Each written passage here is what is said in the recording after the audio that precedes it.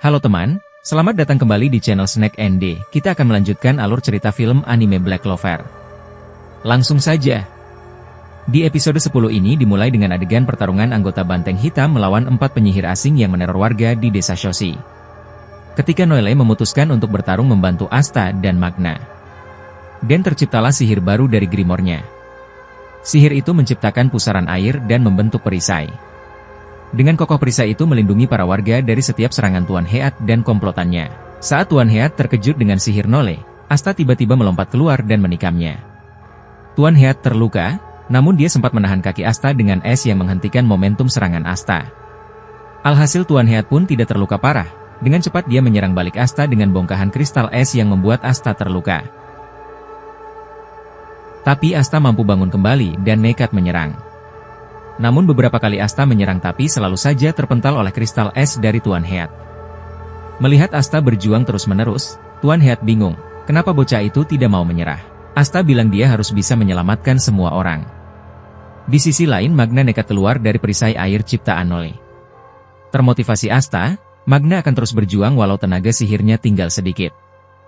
Dia berkata pada Asta untuk melakukan sesuatu seperti saat ospek. Lalu Magna mengerahkan sisa tenaganya untuk menciptakan sihir bola api dan mengarahkannya kepada Tuan Heat dan komplotannya. Puluhan bola api berhasil ditangkis Tuan Heat.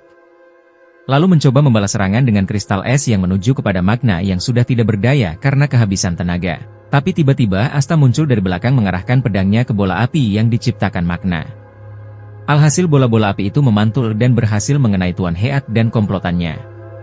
Dan mereka pun terjatuh. Sementara muncul pusaran air di sekitar Magna yang membentuk perisai dan mampu menyelamatkannya dari kristal es. Ternyata Noelle telah berhasil mengendalikan sihirnya. Di sisi lain Tuan Heat mencoba berdiri, namun api tidak mau berhenti membakarnya. Dia mencoba membekukan api dengan sihir es, namun tiba-tiba Asta datang dan menyerangnya. Tuan Heat akhirnya jatuh terkapar tidak berdaya.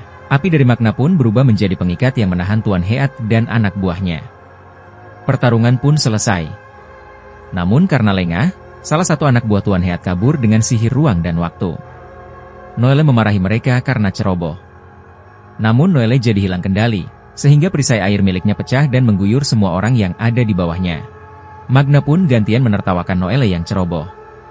Di sisi lain Asta terjatuh. Magna khawatir dan menghampirinya.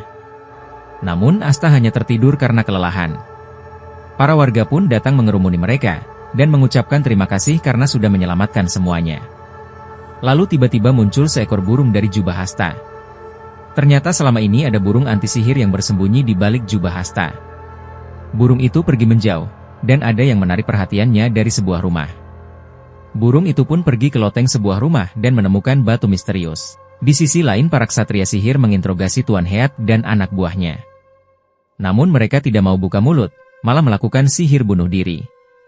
Ketiga anggota Banteng Hitam pun gagal mendapatkan informasi dari penyihir misterius itu. Sore harinya pemakaman kepala desa dilakukan. Nick merupakan cucu Pak Seye menangis di depan makam. Magna bertanya, apa benar Pak Seye maju sendirian untuk menghadapi komplotan penyihir itu? Dan Nick pun membenarkannya. Magna jadi kagum terhadap Pak Tua itu. Nick bercerita bahwa Pak Seye sangat mengagumi ksatria sihir. Namun dia juga menyesal tidak bisa menjadi seorang ksatria sihir. Nick berpikir Pak Seye menyesal karena waktu muda kurang berjuang. Makanya Pak Seye sangat bahagia ketika tahu Magna berhasil lolos ujian dan menjadi ksatria sihir. Lalu Nick bertanya, apa dia bisa menjadi ksatria sihir? Magna menjawab bahwa Nick bisa menjadi ksatria sihir walau berasal dari desa pinggiran. Asta menambahkan bahwa dia yang tidak mempunyai kekuatan sihir pun bisa menjadi ksatria sihir. Asta mendekat menghampiri Nick dan menempel tinju di dada Nick.